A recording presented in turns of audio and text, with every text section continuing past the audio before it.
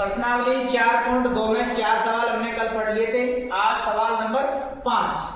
आज सवाल नंबर 5 है। देखो इसमें आप बोला है आपके पास 3 हरे त्रिज्यखंड कितने दे रखे हैं? 3। नीला दे रखा है आपको 1, नीला 1 दे रखा है। लाल, फिर तीसरा है लाल भी कितना है? 1। ये हमको त्रिज्यखंड दे रखे हैं।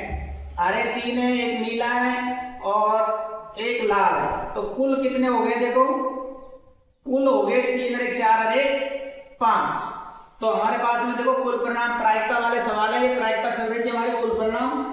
इसमें पहला इसने पूछा है हरा त्रिज्यखंड प्राप्त करने की प्रायिकता। हरा त्रिज्यखंड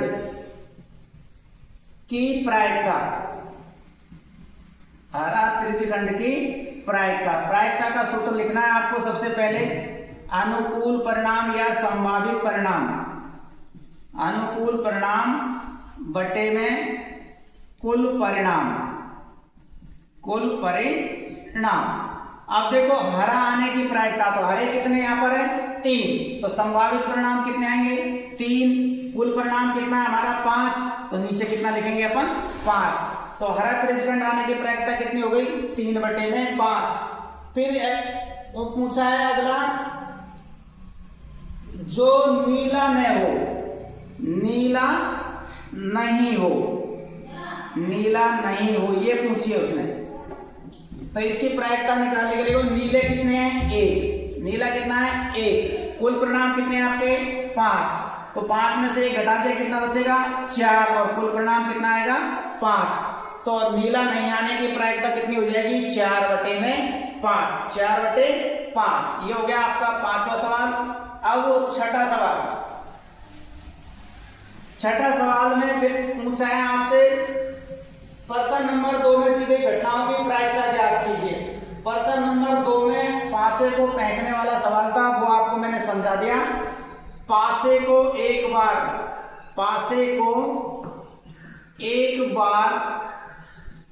उछालने पर परिणाम क्या क्या आते हैं, वो आपको कल बताया था मैंने दूसरे सवाल में। 1 2 3 4 5 6। पासे को एक बार उछालते हैं तो कुल परिणाम कितना आता है आपका? 6 आता है। कितना आता है? 6 आता है। सारे सवाल कल बता देते। देखो इसमें कई सारे सवाल आपके बनते हैं। एक पूछा था इसने अभाज्य संख्या। कल वाले सवाल में मैंने बताया था अभाज्य संख्या कौन सी है? 2 3 और 5। तो इसकी प्रायिकता संभावित परिणाम कितना हो गया? 3 बटे में 6, यानी कि कितना आ गया? 1 बटे में 2। एक सवाल इसने पूछा था अभाज्य संख्या नहीं। देखो कौन कौन सी हो गई? 1 2 और 3। तो तब भी प्रायिकता हो गया आपकी 3 बटे 6, यानी 1 बटे में 2। एक पूछा था 5 से बड़ी संख्या। 5 से बड़ी संख्या देखो कितनी है आपके पास में? 5 से बड़ी एक ही संख्या है। तो ऊपर संभावित परिणाम 1 और कुल परिणाम 6। मान लो इसमें आपसे पूछ लिया 5 से छोटी संख्या और पूछी थी। 5 से छोटी संख्या या 5 कितनी है? 1 2 3 4 5। तो कुल संभावित परिणाम 5 और कुल परिणाम 6। तो इससे संबंधित कई सारे सवाल आपसे इसमें पूछ सकते हैं। 4 से छोटी संख्या की प्रायिकता ज्ञात करो, 2 से बड़ी संख्या की प्रायिकता ज्ञात करो। जैसे मान लो मैंने एक सवाल और दे दिया आपको, 2 से बड़ी संख्या की प्रायिकता। देखो 2 से बड़ी संख्या कितनी है? 1 2 3 4। तो संभावित परिणाम हो गया 4, कुल परिणाम 6। तो 2 दूनी 4 और 2 तिया 6। मान लो आपसे ऐसे पूछ लिया जाए 6 से बड़ी संख्या की प्रायिकता ज्ञात करो।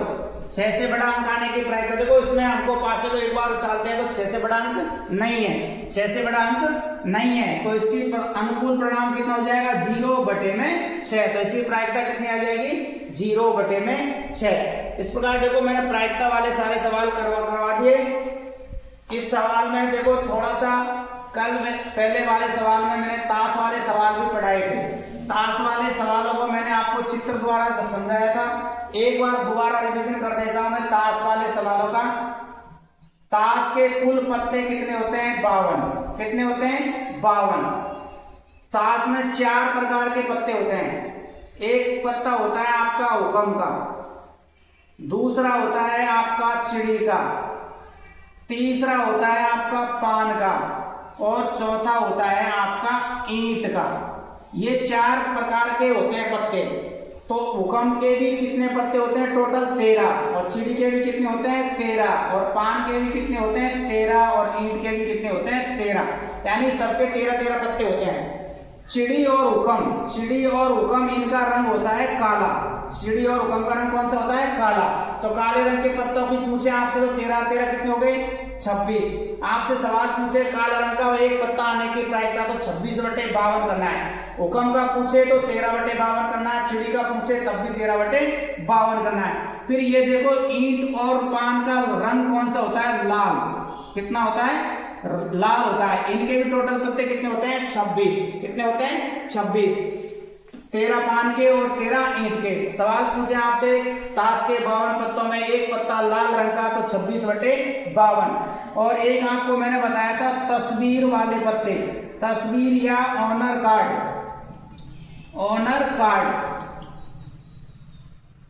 तस्वीर वाले या ऑनर कार्ड।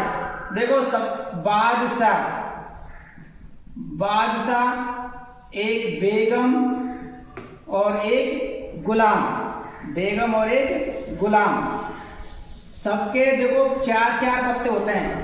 एक बादशाह इसका, एक इसका, एक इसका और एक इसका, तो कितने हो गए 4। ऐसे बेगम एक हुक्म की, एक चिड़ी की, एक पान की और एक ईंट की, तो टोटल बेगम कितनी हो गई 4। ऐसे हुक्म का गुलाम, चिड़ी का गुलाम, पान का गुलाम और ईंट का गुलाम कितने हो गए 4। देखो आपसे सवाल पूछे बादशाह आने की प्रायिकता, केवल बादशाह आने की प्रायिकता पूछे तो 4/52 करना है। या फिर इनमें से किसी एक का नाम लेके आपसे पूछे, हुक्म का, चिड़ी का, पान का, ईंट का, किसी एक का पूछे तो आपको 1/52 ही लिखना है, 4/52 नहीं लिखना है। हुक्म का बादशाह पूछे तो 1/52 आएगा। मान लो ईंट की बेगम पूछ ली तो 1/52 आएगा। अगर बेगम ही पूछे तो फिर आपको 4/52 लिखना है। या गुलाम पूछे तो 4/52 लिखना है। या फिर पान का गुलाम बोल दिया कि पान का गुलाम आने की प्रायिकता बताओ, तो फिर एक ही पान का गुलाम होता है तो 1/52। इस प्रकार से ये ताश वाले सवाल बहुत आसान है, इसको समझ लो, इससे समझने से सारे सवाल आपके हल हो जाएंगे। ठीक है, इस प्रकार आपके 4.2 प्रश्नावली समाप्त।